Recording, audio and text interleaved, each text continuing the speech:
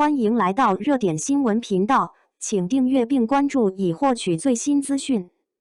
程毅说他现在都不和人冷战的，果果们才不相信呢。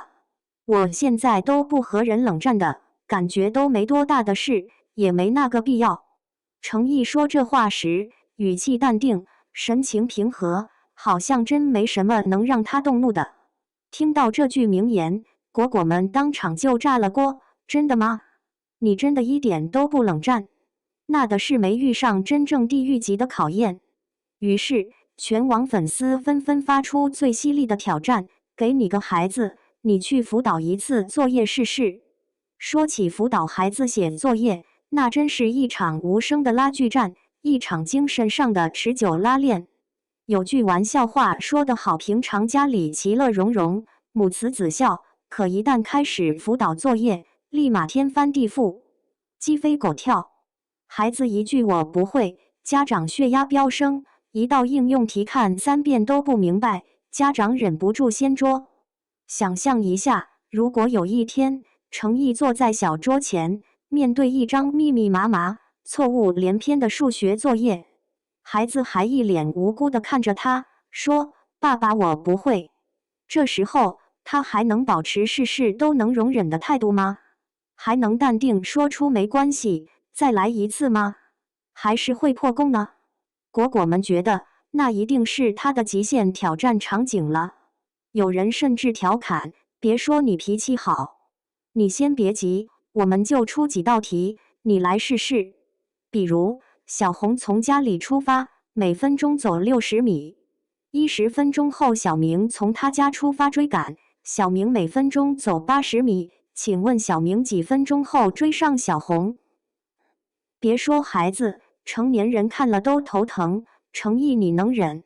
不过说到底，果果们虽然嘴上不饶人，其实心里比谁都清楚，程毅真的是个脾气很好、性格很温和的人。不论是拍戏现场、媒体采访，还是平日生活，他总是显得云淡风轻，几乎从不与人争执，更别说发脾气或冷战了。以前有人问他：“你会不会发飙啊？”他只淡淡的说：“不会，怎样都能忍。”现在再说从不冷战，倒也不是夸张，而是真人如此。他对待人和事的态度总是克制，有分寸，不过度反应，也不钻牛角尖。对他来说，很多事确实没必要计较。也正因为如此，粉丝才忍不住想挑战他，调侃他。不是因为不相信他脾气好，而是因为太喜欢、太亲切了。大家都想看看这个温文尔雅的程毅，是否也有人间烟火的一面，也会为鸡毛蒜皮的生活琐事而感到无奈。于是，话题越扯越远，评论区甚至出现了这样的发言：“那我可以给你生个孩子，如果生不了，我也可以当你女儿啊。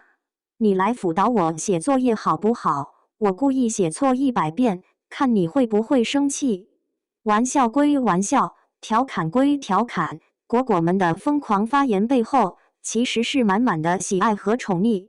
大家嘴上说着要整他，心里却是越来越心疼他，佩服他。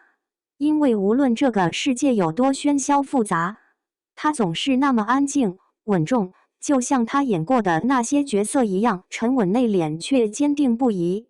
或许这也正是程毅独特的魅力所在吧。他不是那种张扬热烈的类型，却有一种久看不腻的温柔和耐性。